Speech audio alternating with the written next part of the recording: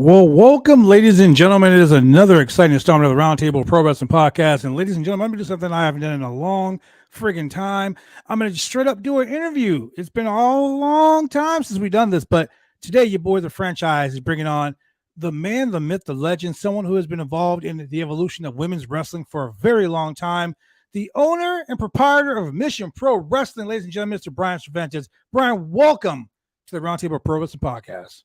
Well, thank you for having me, man. I was really impressed with that intro right there, man. I watch y'all shows all the time, but I've never seen the intro, so that was pretty impressive right there. Oh, man. See, there you go. I created an intro one day, and I'm like, I'm just going to throw a bunch of things together. Let's see how it sticks. Yeah, that was pretty theatrical, man. I might have to hit you up for some work in Mission Pro. I got you, man. Anytime you need me. So speaking of work for Mission Pro, man, you guys have been dominating the women's scene for a while. I mean, the only promotion I can really say in the United States that actually does nothing but women's matches that are very successful. I mean, you got women that have been on WWE wrestling, they've been in AEW wrestling, women from all over the country, like young upstart talent, veteran names. Give us a little rundown on what made you decide to start this endeavor and just blow up. Going back probably to 2016, I used to run another promotion called Sabotage Wrestling, which was an all-female wrestling promotion. And we ended up getting out of that around 2018, just because, like sometimes you work on it and then you kind of want to move on to something else. And we started up Mission Pro Wrestling in 2019, and it wasn't meant to be an all-female promotion. It was just going to be a regular wrestling promotion because, we wanted to get more local talent involved and things like that. But then the Speak Out movement happened during, I guess it was like February or March of 2020. Yeah. Was that when it happened, or was it 2019? I think it was 2020. It was right. Oh no, it actually happened before the Speak Out. Before the COVID. So in 2019, the Speak Out movement happened. Where everyone was, the women were sharing their stories about how they were being treated and how they were being, taken advantage of or violated, and just the horrible stories that came out of that Speak Out movement. And then I told Thunder, hey, let's make this an all-female promotion. And she was very hesitant at first, like, what do you mean? No, I don't just mean a female promotion where it's just, female wrestlers, but female people in the back, females in the on the camera, females on the mic, ring announcers, referees, everything. I wanted it to be like 100% genuine all-female wrestling. So once we did that, it started to catch on.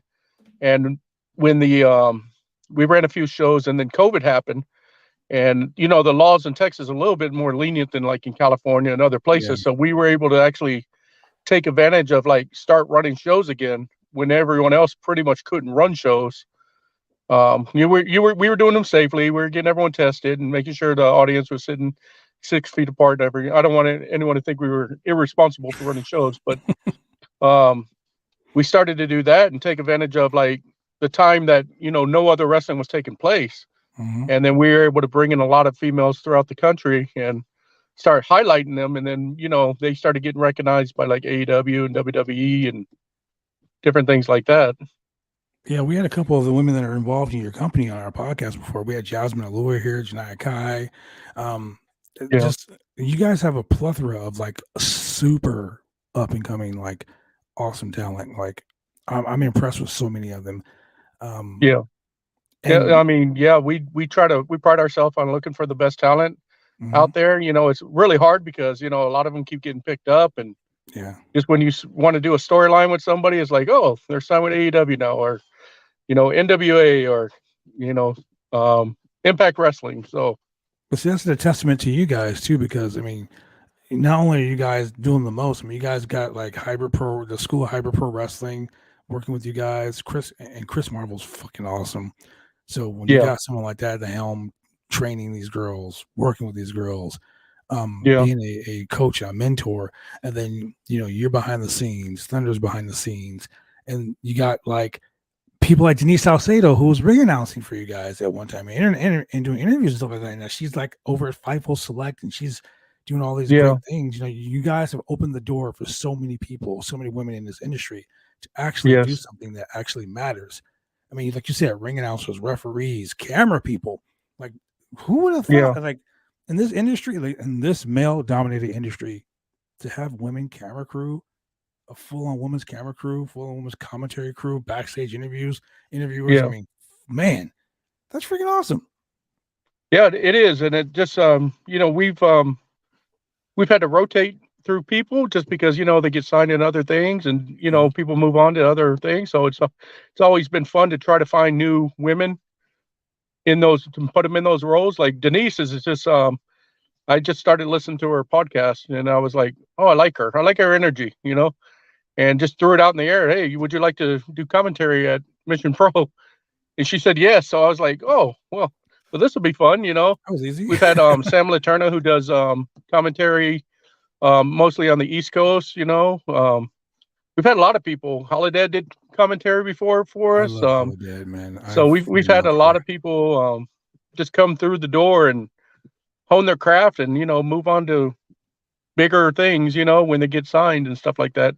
Yeah, we would love to keep them, but we also want the women to like develop and get talent.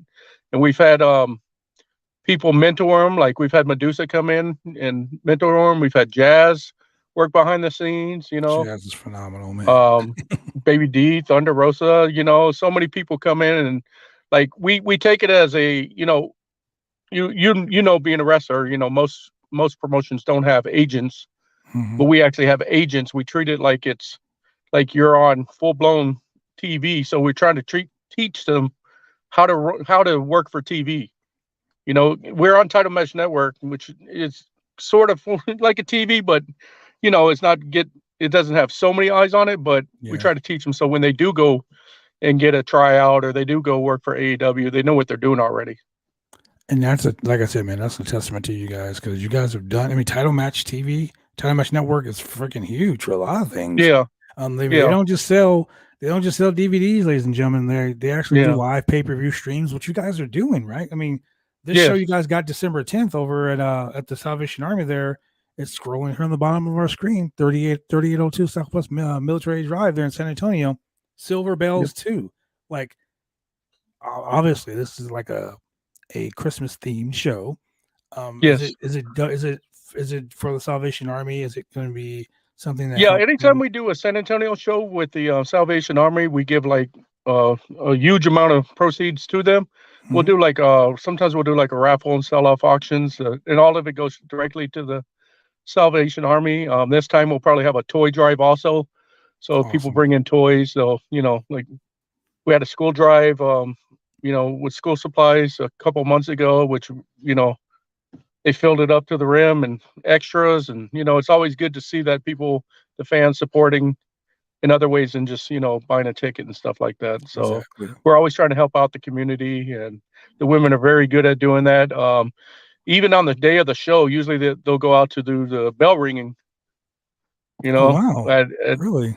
so they've been involved in a lot of stuff. The last year we had Kayla Sparks and the Renegade Twins out there, ringing the bell out in the community. So Renegade Twins have been seen predominantly on AEW Dark a lot too. So I mean, there's yeah, another set of people that have been out there. So let's talk about some of these matches, man. We got my favorite, Jasmine Allure versus MJ Santana. Like, wow, let's talk about that. How did this match come about?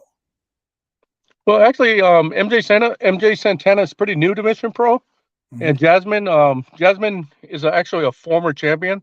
She was only champion for like 5 minutes because Holiday had cashed in a little keg to get her match after Jasmine Allure defeated La Rosa Negra. So Hmm. Jasmine Allure's been kind of bitter that like she hasn't been able to get back Get a to the top. rematch. She just currently participated in the tournament last week, but she lost to Wode. So like this is a matchup of like somebody who is ready to take to the top versus somebody who's younger and wants to start proving herself. And I think MJ Santana, if she could beat Jasmine Allure, that will really put her on on the map.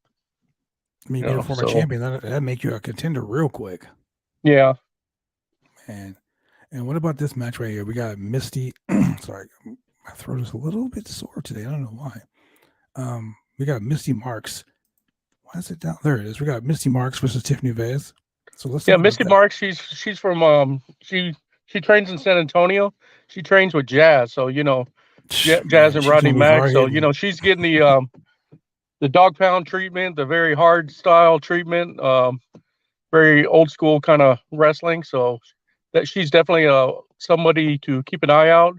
Tiffany Nieves, she's out of Florida. She pretty much works for like Shine Wrestling a lot, Yeah, I've and seen her I name. think she did some work with OVW. She's another one who's pretty new in the business, but she's very charismatic and very very talented, and she has a very bright future. So both of these women are like we have a theme. Sometimes we have a lot of the veterans come through, and then some of the cards we have a lot of the newer women working it, and this is kind of like which one is going to step up and start making a name for themselves in Mission Pro. So Well, man, sometimes they say the hungry sits at the table. The hungry sits at the table. oh yeah, definitely. If y'all don't know either one of them, y'all should definitely check them both out because they're both very talented. Man, I like the sound of that too. And I'm gonna push this whole thing. I really want people to watch this on Title Match Network because Yeah. we're all about doing watch alongs here at the round table. So we might just pop into a watch along and kind of get people No, that'd going be on this, cool. man. Man, yeah. So, Bougie Reality, man, versus Danny B and Shirley King. What is up with this name, Bougie Reality? Like, But for y'all don't know who Bougie Reality is, it's Maddie Brankowski and Ray Shay Chanel. It's kind of an odd pairing because Ray Shay Chanel is she comes out with a giant purse and she has combs mm-hmm. in there and Keeping it hairspray and AEW. she's just kind of over the top. If you ever seen her, like I think she debuted that character in like AEW. Mm-hmm. So AEW Dark. Yep. She's very charismatic and is one of the most athletic women I've ever seen. As far as her kicks and stuff like that. And Maddie is Miss Reality. So I love the somehow fact that they took the she's the bougie and legit they took bad the girl. reality and came up with Bougie Reality. And they look good together. They work well together. They actually defeated the Renegade Twins for Mm. the tag titles in a hardcore match.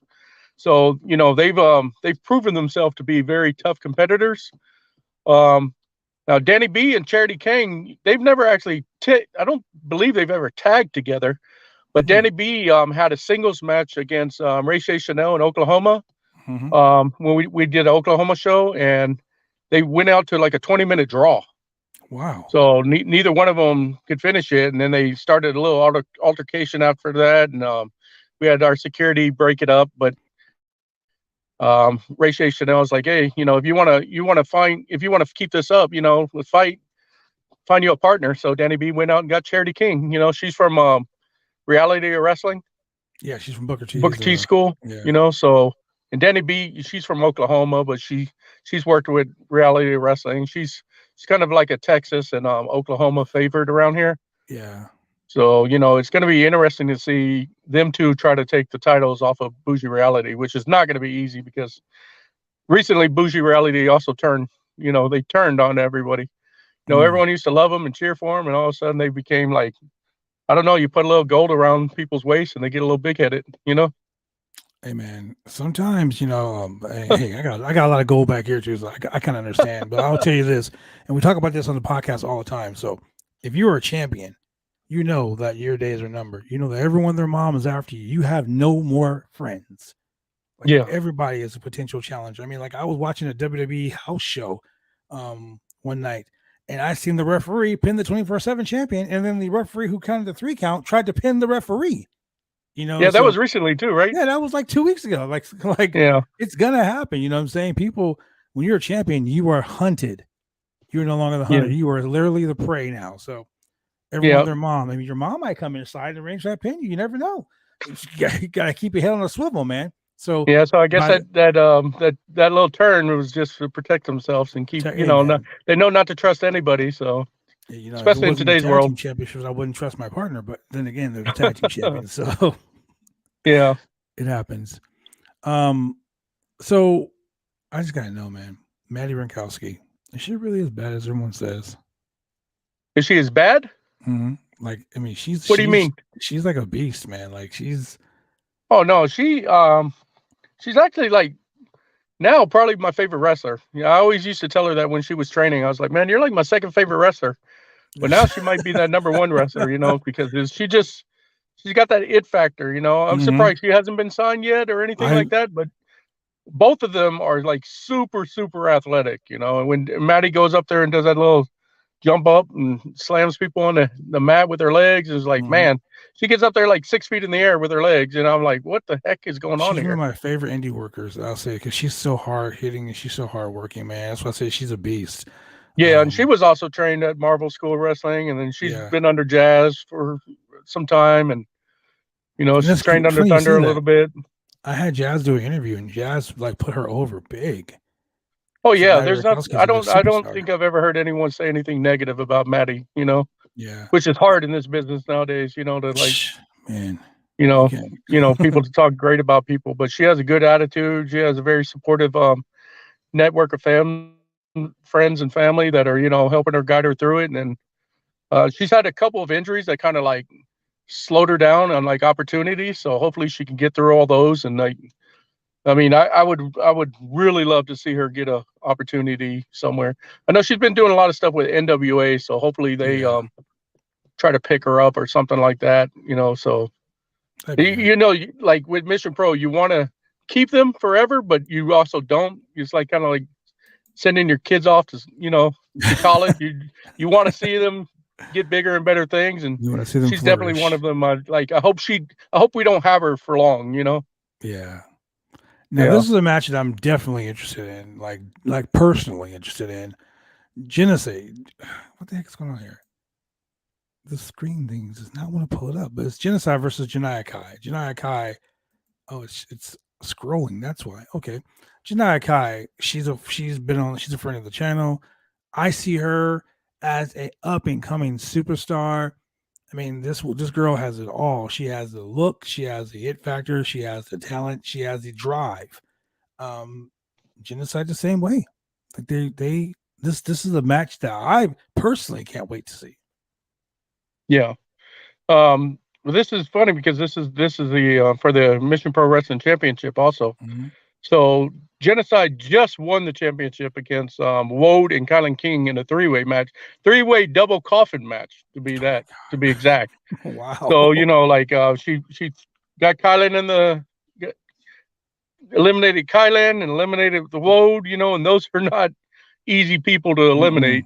So like Genocide is coming. She definitely have something to prove. I don't think she wants to go into it like a one-time champion, only defending it, losing it on the same night. But on the other hand, Janai Kai is the kick demon. Mm-hmm. So I don't know if you've ever seen. I know you have, but if you haven't seen her kicks and Mm-hmm. the veracity of them and just the hunger inside of her, like you're missing out because she is definitely not one to mess with. She's got a very bright future. She's been with us at Mission Pro a few times. I wish we could have her all the time because she's just that good.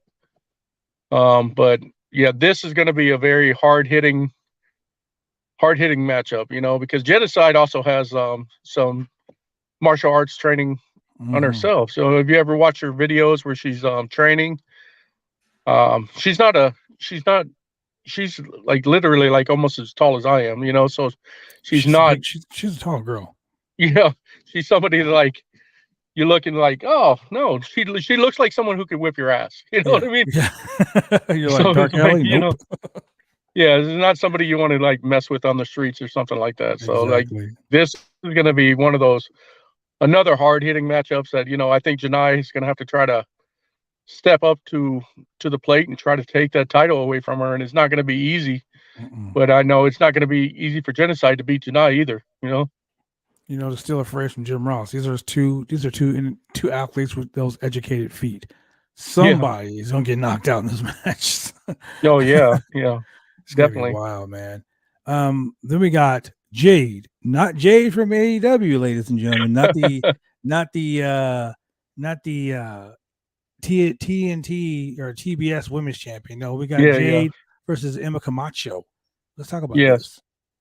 Well, I mean, they're both new, very, very new. They're both Emmy Camacho. I don't even think they've both been wrestling a year.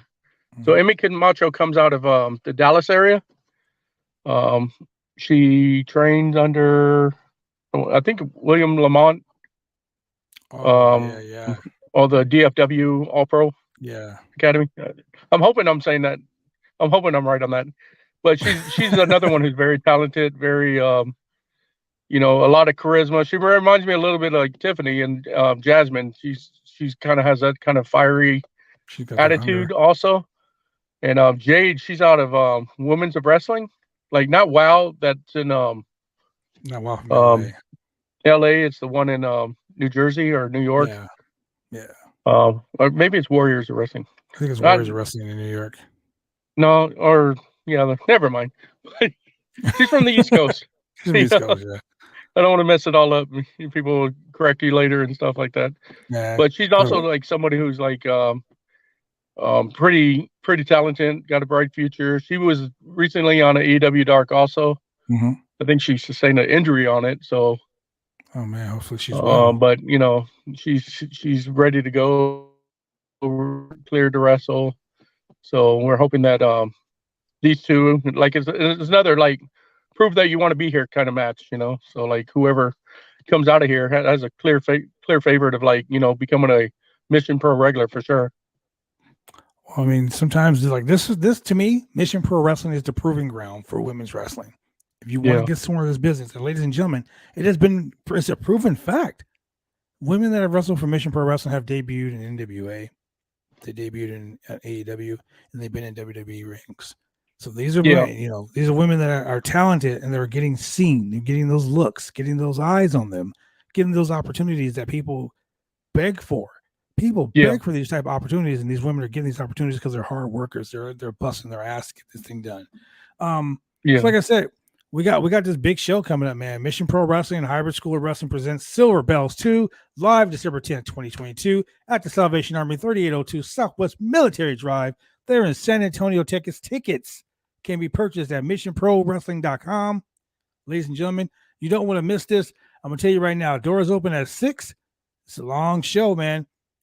Tell them about it. Where can they find more Mission Pro Wrestling?